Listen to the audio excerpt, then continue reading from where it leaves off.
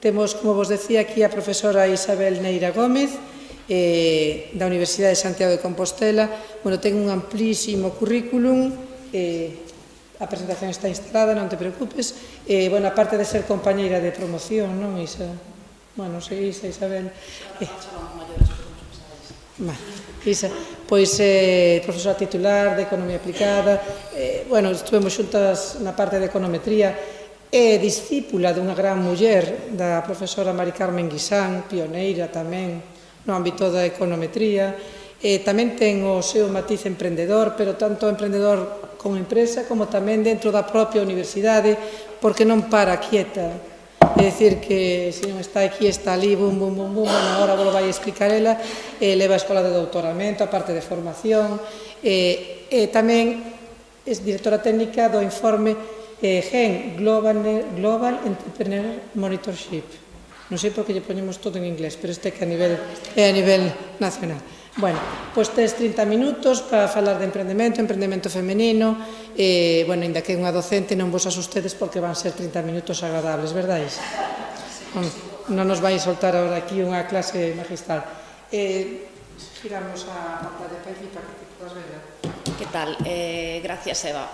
Primeiro de todo, que estou encantada de estar aquí. Veño todos os anos ao programa Mega a acompañar a Eva sempre que podo, porque aparte dunha gran amiga, a institución, o meu cerebro, cando dicen emprendemento na USC, sale Eva, así.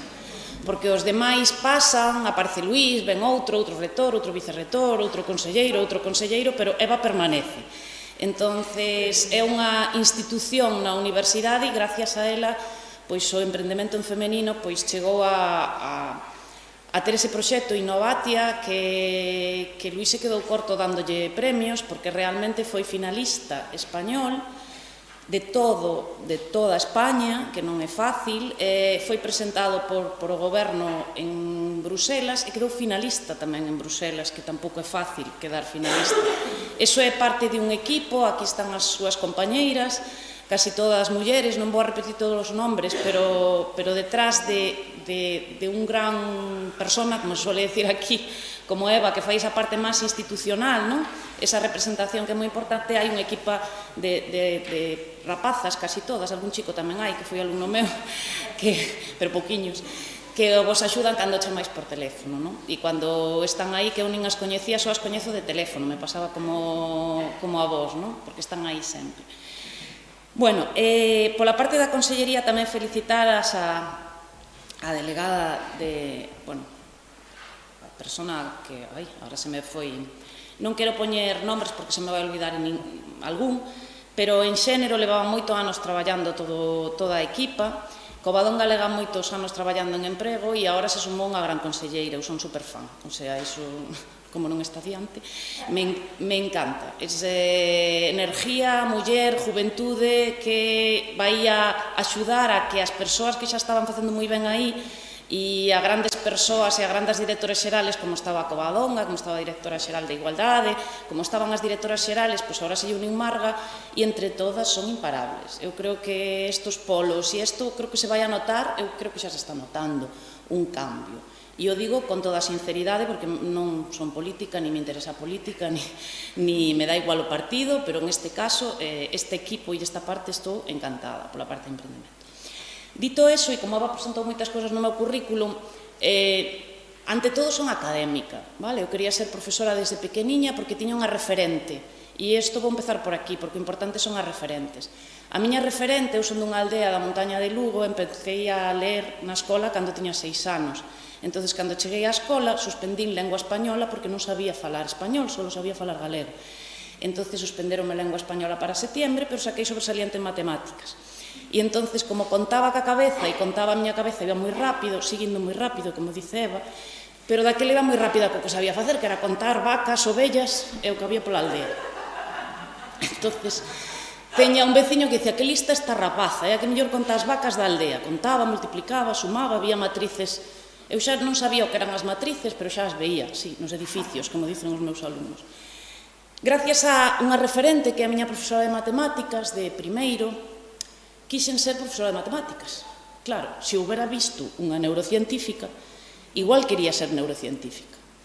Por eso é moi importante as referentes e por eso sodes moi importantes emprendedoras para ir polos institutos, para poñeros alá nas vosas aldeas e para ser referentes, porque é moi importante ter referentes. Logo, a medida que fun crecendo, encontrei outras profesoras de matemáticas, casualmente, tamén era porque me gustaban moito as matemáticas, que foron as miñas referentes, e cando a miña profesora de matemáticas de COU me dixo eu quero ser matemática, e dixo, non, tú que tens que ser economista. Dixo, e iso que é? Ni idea. O sea, cando un ten 16 ou 17 anos e fai 30 anos, non sabía que era ser un economista. Cando eu contei a miña nai que quería que fora médico da familia, con esa mochila que se ahora tedes fillos de la niña lista, la que estudia, la que sabe, la que se lle dá ben todo, dixo, bueno, se tú queres serlo, creo que hai un ministro, que era Borrell en aquel momento. Dixo, a mellor chegas a ministra de Economía. O outro día meu pai me dixo, ahora que xa eres catedrática, tes que ser o rector ou ministra. Dixo, deixame relajar, que ainda non tuve a oposición, pero outro día me dixo, é que agora as mulleres xa chegan a eso, cando tú eras pequena, non. E digo, pois tes razón, papá, agora vai chegando o momento. Conto todo eso da carreira, de falar de min, que non viñen aquí a falar do meu libro, para que vexades que realmente as referentes e as persoas, despois me encontrei outra referente, que é o que decía Eva, cando cheguei á universidade, que é Mari Carmen Guisán, que me enseñou a facer equipos.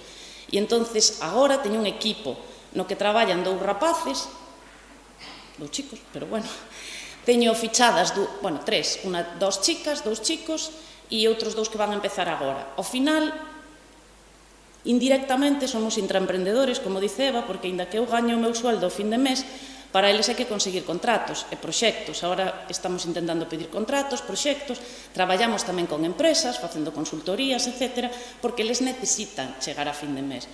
Entonces, os pobres necesitan pagar o alquiler e nós temos que tirar deles. Polo tanto, somos intraemprendedores, que é unha parte do emprendemento que tamén existe e que tamén existe nas grandes empresas, porque senón non crecerían. Entonces, que vos vou a contar hoxe de todo este rollo? Pois os vou a contar un pouco iso que falaba a conselleira do que é o informe GEN e que son as mulleres. A mí me gustaría, vou pasar cousas por encima, pero os que dá a presentación e Eva, se me alargo, me cortas, que falo moito. Me gustaría que virais isto como un retrato, non? Eu estaba pensando que sorte tiñan os pintores medievales cando pintaban os reis, non? Pois eu teño a sorte de pintar aos emprendedores e as emprendedoras. Entonces pinto un retrato que cando vai contando os vais a ver seguramente reflexadas, non? Tanto eles como elas. Non os vou a contar o proxecto GEN, pero nós facemos enquisas ás persoas, e facemos enquisas ás persoas que pasan pola rúa, calquera, e lle preguntamos se está involucrada nun proceso emprendedor. Por qué? Porque traballamos nesto fai moitos anos e houve distintas fases, eu xa escoitei moitas veces de outra vez con emprendemento. E que queréis? Que montemos todos o noso propio emprego? E xa queredes que montedes todos? E entonces que pasa? Que isto é como o autónomo. Parece que hai como unha aversión hacia o emprendemento, é como se fora precario e os empresarios son ricos, non? É como, pero se os emprendedores son empresarios, o sea, é unha fase do proceso para chegar a ser empresario, sea o tamaño que queira ser do empresario, non? Onde estamos? Isto comentou a conselleira, entón xa non me vou a parar, pero que saibades que en Galicia xa fai varios anos donde as mulleres temos unha tasa de emprendemento superior a dos homes. Iso é moi importante, moi relevante. Agora xa pasou en España, pero en Galicia fomos pioneiras. Por que? Seguramente por esta forma nosa que comentaba Gelis do matriarcado, das aldeas, donde eu tamén son da aldea e a min, se eu a miña nai lle dixera que vou a poñer unha empresa, lle parecería maravilloso. Porque ela tiraba da súa empresa, e tiraban das súas granjas, e tiraban de... Elas eran as que tiraban. Entonces, estamos en un país de mulleres que tiraban, e iso se nota nas súas fillas, nas súas netas e nas súas sobriñas, non? Iso é o que fai que estemos involucrados en un proceso emprendedor. Que significa eso? Que en todas as fases, aunque hai prácticamente un 5% que están empezando o proceso, tamén hai un 10% que xa teñen empresas. Entón, temos un 15% de persoas involucradas nun proceso emprendedor, que máis ou menos é o que comentaba Covadonga dese 20% de autónomos, non? Porque ao final hai un porcentaxe moi grande de persoas que están involucradas nun proceso emprendedor. E despois hai un porcentaxe aquí que as que din que van a emprender, que, bueno, as de megas xa están, pero as futuras e megas, non? Esas que os polos teñen que atraer, eu comentaba outro día na inauguración do polo, lle comentaba a Marga, que eu creo que hai que ir a buscalas, vale? A ir a buscalas cos agentes, iso é o que temos que facer tamén na universidade, que estamos en iso, hai que irlos a buscalos, identificalos e tirar por eles, porque senón ás veces estamos aí como, bueno, teño idea, pero isto é moi difícil, que é verdad, é moi difícil, non? Nada, veis, esta montaña de arriba son as mulleres, que xa pasaron por riba dos homes fai uns anos, non? Entonces, ese paso de tea de muller é moi importante, pero é certo que se comentou aquí tamén que tamén quedan cousas por facer, moitas. E moitas, a maior parte delas están en nós, en creernos o que facemos. A mí me costou moitos anos e varios procesos de coaching ter a autoestima suficiente para poder decir aquí estou e creernos o que estamos facendo, porque somos como moi humildes e as mulleres somos máis humildes. Eu lle chamo, agora vais a conter, xa vos direi cal é o efecto masculino, como non hai moitos, pois o comentarei, non? Para que se emprende? Pasei meso de comparación con Europa. Antes comentaba a Covadonga que se emprende por necesidade. Isto lle gusta moito aos periodistas cando facemos esta pregunta.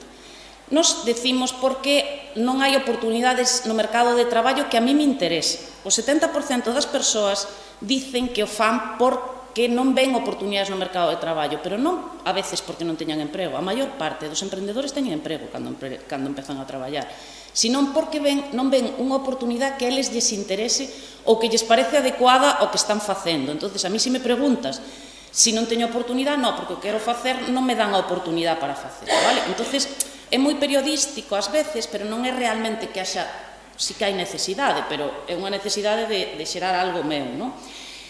Algo moi importante, en lo que sí que hai diferencia, é que se lles pregunta, por exemplo, entre homes e mulleres, e aí empeza o efecto pavo real, marcar diferencia no mundo ou crear riqueza moi alta. As mulleres queremos emprender para marcar unha diferencia no mundo, considerablemente máis que os homes. Eso se recuperou despois da pandemia, que aí na pandemia houve como unha ida que parecía que marcar diferencia no mundo, que quero salir desto, non?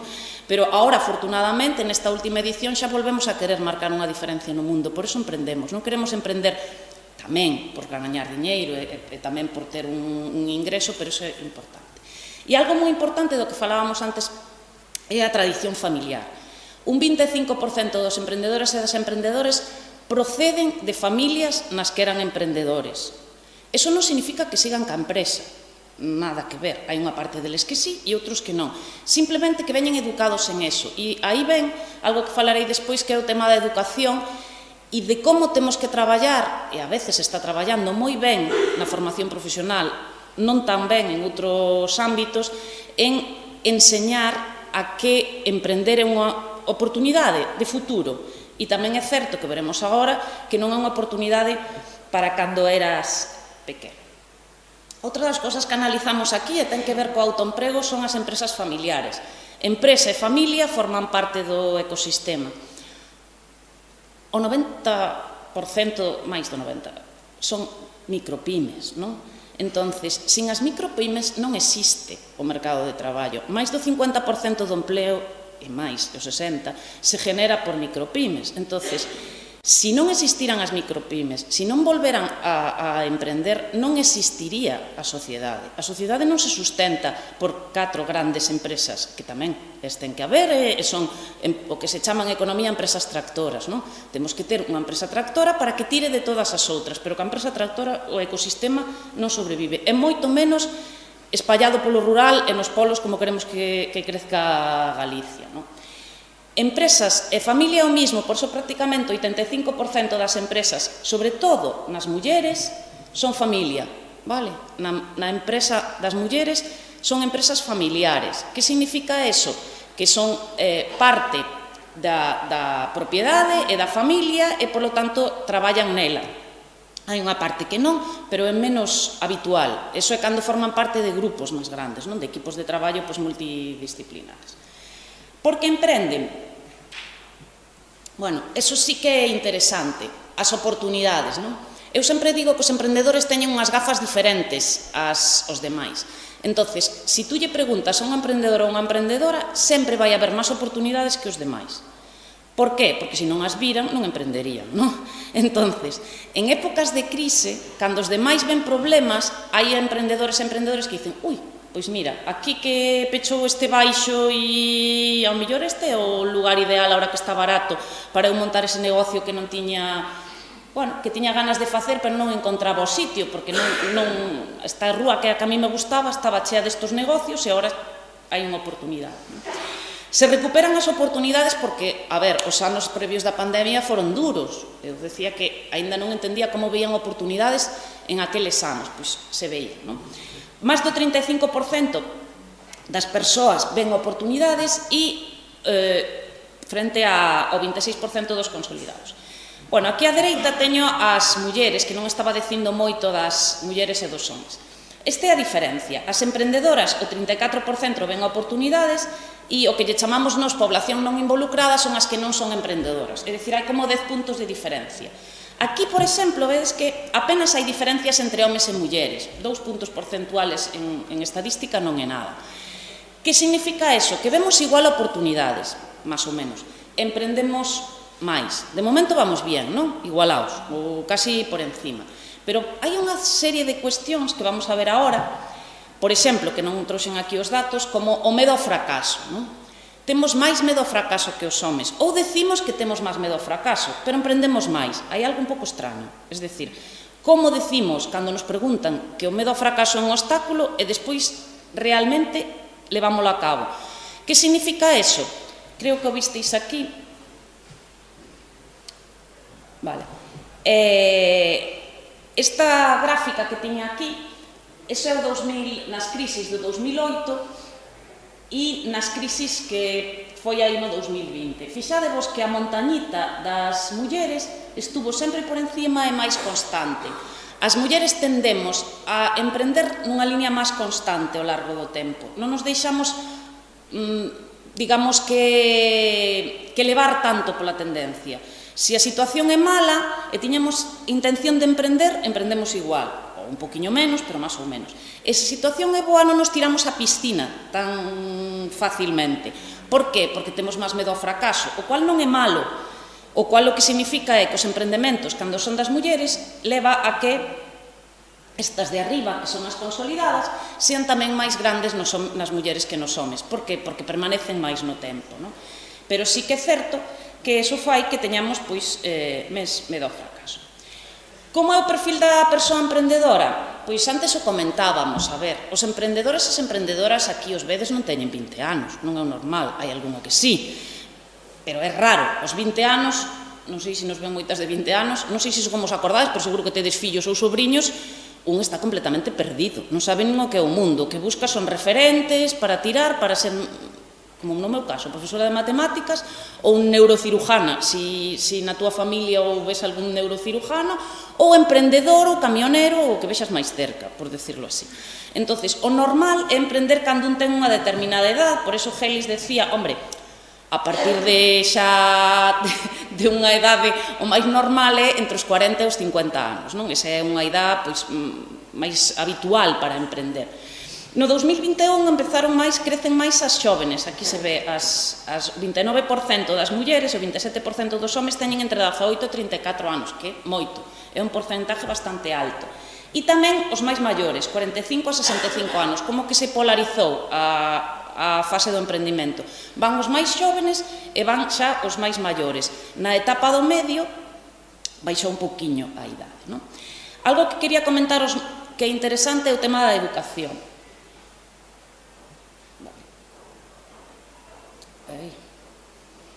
Tanta tecnología. Que pasa coa educación? Bueno, supoño que sabedes, non sei se sabedes, pero por se non o repaso, que fai 25 anos, cando eu quería ser profesor de matemática, pois poucos podíamos chegar a esa oportunidade, había que esforzarse moito para poder chegar á universidade, becas, e algunhas tiñamos a sorte de que chegáramos, outros se perderon polo camiño.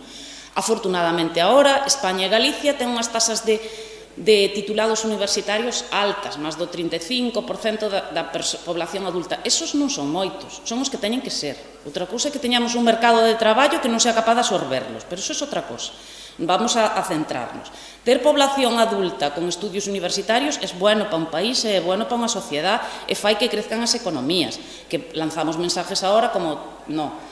O importante é que haxa formación profesional tamén. O que non pode haber son ninis, non pode haber un 20% de persoas que nin estudian nin traballan, vale? Entonces, centrémonos. O que non debería de haber agora mesmo é estudios primarios solos, porque esos non te facilitan ou non te capacitan para ter un emprego de calidade. O que deberíamos de conseguir é ter formación profesional e estudios universitarios, como teñen en Alemania. Eso é o correcto. Entonces, na formación profesional estáse tomando moitos cambios, afortunadamente. Eso fai que, por exemplo, hai un 30% de aquí un 30% de persoas con formación universitaria, un 23% dentro dos que teñen a formación profesional superior, de secundaria e de primaria. Eso significa que cada vez hai menos primaria, vale? Aquí, aínda que siguen sendo un porcentaje importante, cada vez hai máis formación profesional e máis población universitaria. A mí me preocupa esta cifra, é certo que tampouco temos unha mostra moi grande, pero, bueno, aquí na formación profesional superior é moito máis grande, o 8% nas mulleres e o 21% nos homes.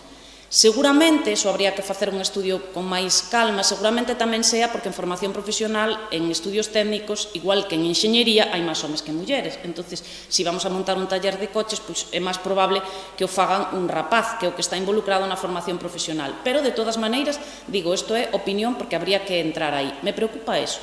Creo que temos que conseguir máis a igualdade hacia aí de xénero na formación profesional, non? Pero sí que se están facendo cousas moi interesantes. E, por exemplo, aquí, que os potenciales teñan as mulleres todas tanta educación primaria, pois, bueno, non é bon, por decirlo así, para a tasa de emprendemento femenino, para que ese emprendemento sea un emprendemento que consiga crecer no tempo, non? Bueno, cando se comentaba a Eva antes, ou comentaba tamén a conselleira, que vais a ter uns talleres de formación. Dime. Vale. A formación específica para emprender é moi importante. Que pasa? Que cando agora chegamos sí que temos formación específica para emprender. Tedes aí Isto vou a pasar, pero bueno, non. Os comento solo que por si algunha creía que se fan industrias, a maior parte dos empreendementos son en servizos, tanto en homes como mulleres, en servizos á empresa ou en servizos á sociedade, non? Porque, bueno, por si recibís algunha crítica de non fabricas nada, algunhas sí, outras non. Pois o máis normal é que sean servizos, non? Cales son as expectativas de crecemento? Isto sí que o comentou outro día, comentábamos antes. Algo que sí suelen ter menos as mulleres que os homes é a intención de crecer, non? Eso sí que os animaría a crecer. Tedes axudas para innovar, agora decía, para investir. Si queremos ter unha empresa de verdade, temos que ser ambiciosos, como comentaba Gelis antes, botarse pa diante e crecer e ter empregados, porque se facemos unha empresa solo para ternos o autoemprego, realmente eso non é unha empresa. É unha solución, sí, pero temos que pensar un poquinho grande. E en eso sí que nos ganan a parte masculina. Son máis ambiciosos nas expectativas, non? Como se financian? E xa vou acabando. Bueno, a maior parte do que se chaman as 3 Fs. Full family and friends, os locos, os amigos e os familiares, non? Bueno, que sepades, e xa lle podedes comentar aos vosos amigos que ahora hai unha deducción na declaración da renta para todos aqueles que invirten na empresa familiar, que a nova lei de startups, non? Ata un 30% da inversión. Entonces, podedes decirlle aos amigos e aos familiares que invirtan na vosa empresa porque é unha oportunidade para financiarse agora. Pero a maior parte son con fondos propios e moi pouquiño, aínda que máis en Galicia que en outros sitios, de axudas públicas, non? A maior parte das iniciativas agora son innovadoras, cada vez son máis innovadoras, fixadevos no 31% no 21 frente ao 15% no 20. A pandemia aí sí que fixo un cambio importante, as persoas decidiron facer máis innovación en produto ou en servicio, porque senón non saldría pa diante, supoño que tamén por o tema da digitalización. E algo que sí que me preocupa, e con isto vou acabando, é que hai un porcentaje super grande, tanto de homes como de mulleres, pero máis no caso das mulleres, que tedes aí as cifras que nos homes, que din que non necesitan digitalizarse. Non sei a que se dedican, pero supoño que entendedes, se estades aquí, se non vos lo explicarán nos cursos, que digitalizarse é simplemente ter unha página web ou un Instagram. Eso xa é digitalizarse, non fai falta. Hai outras cousas tamén que poden servir, ter o e-commerce, etc. E houve axudas e aí sí que as hai moi concretas, houbo nas cámaras de comercio, as houbo do IGAPE, agora está o aquí digital. Non entendo esta pregunta, es decir, que solo houbera un 50% aquí dos homes, fixadevos, a parte aquí, o 50% dos homes xa o tiñan planificado previamente, o 40% das mulleres. Na pandemia, iso que decía, axudou moito, vale? Un 40% de persoas que non se iban a digitalizar tomaron esa decisión, agora sigo sin entender onde que fan o outro 25%. Entón, a min, dos datos que sacamos este ano, me parece o máis preocupante isto. E, por exemplo, aquí, nas consolidadas, as consolidadas, que non o dixen, son as empresas, as iniciativas que teñen máis de 3 anos, os que xa, pois, bueno, xa levan un tempo. Que o 30% digan que non necesitan digitalizarse, a mí me preocupa. Creo que temos que, además de facer axudas e lanzalas, explicar para que sirven, porque senón vai ser complicado que cheguen aos destinatarios, non? Eso sería a digitalización no futuro. A internacionalización, que os animaría a digitalizaros e internacionalizaros, porque tedes produtos chulísimos e artesanía espectacular que se vende alá do mundo, donde se vende por alá do mundo, que é onde hai diñeiro para comprala. Aquí, desafortunadamente, non temos tanto. Entonces, na fase TEA, un 30% das iniciativas xa naceron con exportadoras e acordádevos que exportar non é tampouco coller un contenedor desos e meter ali a produción de Coca-Colas. Exportar é coller a miña artesanía que está digitalizada e mandala polo mundo. A veces, con o lenguaje económico, confundimos as persoas e decimos que hai que digitalizarse, que hai que internacionalizarse, que hai que investir, e é só eso. Quero dicir, investir é xerar eso para crear polo mundo. Eu os animaría a que forais por aquí porque, como os fixades, as empresas consolidadas que son estas non eran tan internacionalizadoras como veñen as novas, non? Entonces competís nun mundo internacional e competís en ese mundo que é o que os vai a chegar. E por último, algo que este ano quixemos ver, que as persoas que son inmigrantes, hai unha parte moi importante de persoas inmigrantes que están emprendendo en Galicia por a buscar as súas oportunidades, as oportunidades que ao mellor non lles daba o mercado de traballo ou que non existen, como eles a entrevista no mercado de traballo. Entonces, fixadevos que nas potenciales son un 12% dentro dos inmigrantes, eso quere decir que o 11% deles, frente ao 5% dos españoles, están inmersos en iniciativas emprendedoras, o sea que son o doble. Os inmigrantes sempre foron, pensade nos galegos que foron polo mundo, sempre teñen esa necesidade, non? E despois o emprendimento con discapacidade. E agora sí que acabo, por último, e como isto debería estar en verde, pero que non todo en rojo, aí está Galicia na esquiniña, somos dos máis sostenibles de España, todo o norte de España é moito máis sostenible. Sí, e cando lle preguntamos a xente, pois lógicamente, por que? Porque vivimos en este entorno que queremos coidar, entonces si nos preguntan se estamos orientados á sostenibilidade, claro que estamos, porque non nos queremos cargar este planeta tan bonito que temos nesta esquiniña do norte de Europa, non? E agora sí que acabo por último por dar unha boa noticia, e eu creo que tamén, como comentaban antes na entrevista, creo que hai moitos apoios das administracións públicas e son ben valorados polos emprendedores e o ecosistema no que estamos. Entonces, queda moito por facer, pero hai moito feito e moitas ideas. Simplemente para acabar, os invito a ver aí tedes os datos, tedes a presentación e tedes o informe, ou calquer cousa me escribides se queredes saber algo máis concreto. A mí me gustaría acabar con unha mensaxe que tomemos algo, como non hai moitos homes por aquí, o podemos decir así, que tomemos ese efecto que eles o teñen tan claro que se chama efecto pavo real. Creámoslo. Cando expoñen, eu os digo, cando expoñen eles, cando contan o seu currículum, que é a terceira parte do que temos nós, nos parece que nos vamos encollendo, non? Parece que cantas máis cousas che van dicindo, a mí me pasa, que cando me empezan a decir o currículum, empezo a encollerme e empezo a facer así os ombros, digo, e ves que ellos se inflan así, non? Pois temos que empezar a coller ese inflamiento de pavo real e cando contedes, que agora tedes a comunicación, cando contedes os proxectos contades con energía, co ben que sodes, co internacional que vais a facer e co digitalizadas que vais a estar. E con eso, nada, queda a vosa disposición para o que queirades e moitas gracias.